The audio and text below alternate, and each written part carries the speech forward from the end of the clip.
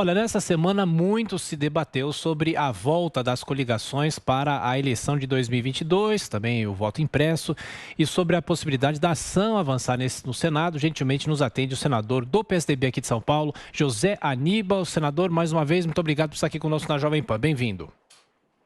Obrigado, bom dia. Prazer falar com você, com a Lívia e principalmente os ouvintes da Jovem Pan. Muito obrigado. Senador, antes de falar sobre os assuntos pontuais do Senado, o senhor assume a vaga com a licença de José Serra por pelo menos 4 meses.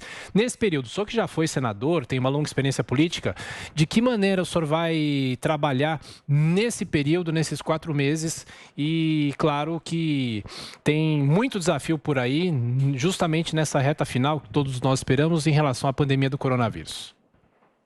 Olha, eu vou fazer como sempre fiz. Trabalho com convicção, com compromissos, não é? Procuro focar nas questões que são mais relevantes para a sociedade, para as pessoas e nas questões relativas a um desempenho do Estado cada vez mais eficiente, menos gastador, mais capaz de servir do que se servir da população. Eu sempre fiz assim.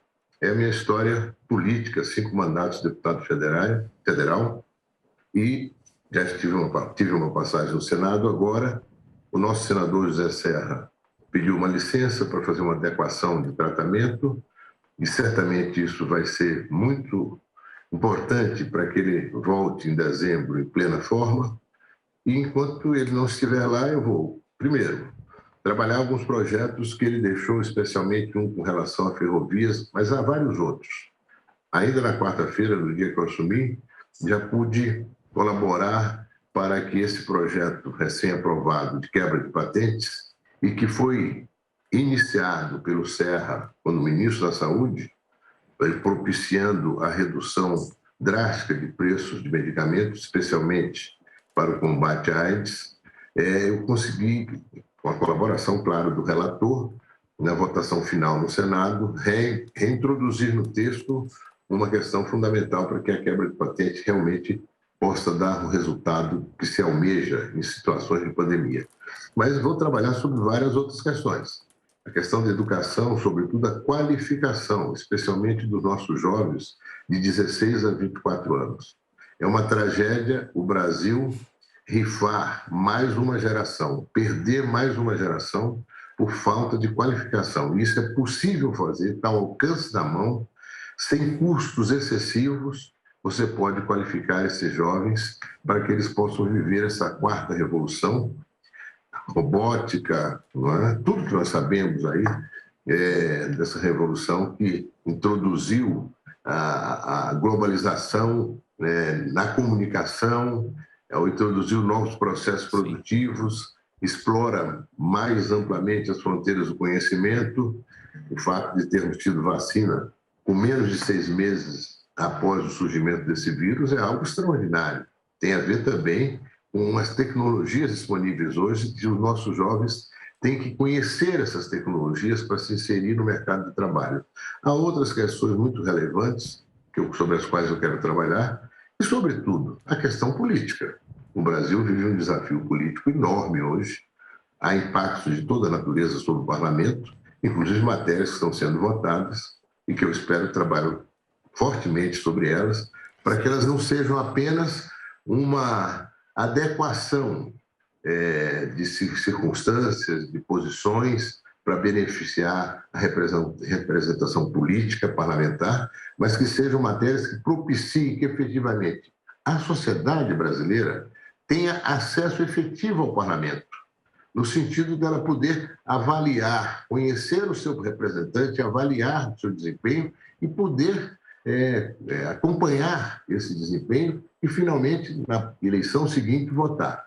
Voto distritão, isso é uma barbárie, ainda bem que não se votou, mas se voltou às coligações, que é um outro mecanismo de pouca transparência, porque permite essa promiscuidade partidária, favorece a existência de pequenos partidos que nunca têm candidatos majoritários, mas se coligam com partidos que têm candidatos majoritários, têm fundos partidários, né? E elegem algumas pessoas, mas não tem compromisso nenhum do ponto de vista programático. São partidos de ocasião. Sim. Nós já havíamos avançado nisso, no fim das coligações. Agora voltaram as coligações. Uma concessão à promiscuidade partidária e à promiscuidade do fundo partidário. Lívia. Bom, senador, exatamente sobre isso que eu gostaria de discorrer mais com o senhor, né? A Câmara rejeitou o distritão e aprovou coligações na PEC da reforma eleitoral. O senhor já deu a sua visão. Essa eleição proporcional com coligação é um retrocesso? Como que o senhor avalia? O senhor acha que pode sim avançar no Senado? Considerando que isso já tinha sido votado, já tinha sido exercitado nas eleições do ano passado e foi muito positivo, é um grande retrocesso. Você volta para uma situação anterior e, ao mesmo tempo, há ainda em curso uma ideia de reforma política eleitoral que é danosa, que censura pesquisas, né, nos períodos anteriores, nos momentos anteriores às eleições, que cria dificuldades na questão de cotas, que já foi um avanço extraordinário, que realmente legisla em causa própria, não legisla a favor da cidadania. Essa questão do distritão teria sido um desastre. As pessoas aparentemente podem achar que não, São Paulo tem 70 deputados federais. Independentemente de partidos, os 70 mais votados vão para a Câmara. Isso é um desastre, são 70 partidos. Cada qual ali vai se posicionar, vai se colocar como um partido. Eu me elegi com os meus votos. A eleição é um processo, é a construção de uma representação parlamentar. De preferência, uma construção de uma representação parlamentar com ideias que as pessoas possam acompanhar. Olha, eu prefiro mais esse pessoal que defende tal coisa, que defende que você tenha, por exemplo, uma ação sobre educação que não seja só de conversa. Olha, a educação no Brasil tem que ter tais metas nos próximos 4 anos, e nós vamos defender isso no parlamento.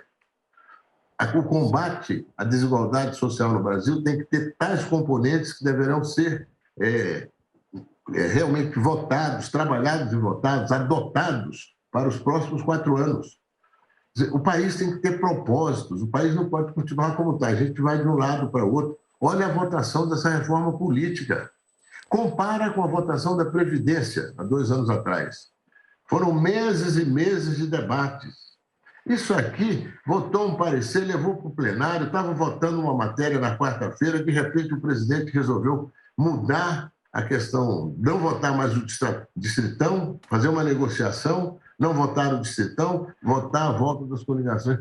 Interessa o quê para a população esse tipo de movimento e esse tipo de votação? Nada.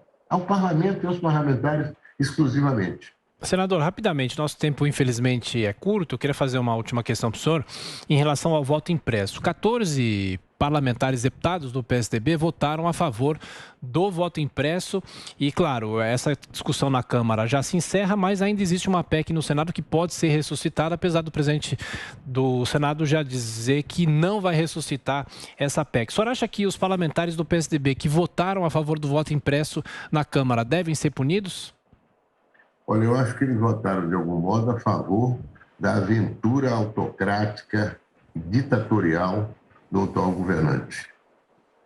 Eu lamento muito. Nós fizemos uma reunião naquele dia de manhã, eu sou membro da direção nacional, e eu propus, e conseguimos vencer, o voto fechado. Né? O voto é um voto que deveria obrigar o parlamentar a votar contra o voto impresso. Foi um avanço, eu tenho até vergonha de dizer isso, termos tido 12 votos contra o voto impresso. Tinham mais parlamentares que, por insuficiência de informação, por alguma outra razão, que não conseguiram, nenhum deles, me explicar, nenhum deles, a favor de voto impresso. O voto impresso é mais uma manobra do Bolsonaro para tentar dificultar, melar, tumultuar o processo eleitoral. Essa é a questão, já não se estava votando ali voto impresso ou não. Todos nós queremos a maior transparência possível no processo eleitoral e o processo do Brasil é transparente e auditável. Pois bem, mas não era mais essa questão, era a questão que, em torno a essa ideia do voto impresso trabalhada pelo Bolsonaro, há uma evidente conspiração contra o processo eleitoral. Então, infelizmente, esses parlamentares do PSDB votaram nesta direção. E eu acho, como a questão foi fechada, que eles devem ser submetidos a algum processo de punição. Perfeito. Senador Zé Aníbal, do PSDB aqui de São Paulo, mais uma vez, obrigado pela atenção, pela gentileza. Bom fim de semana. Até a próxima. Muito obrigado, para vocês também.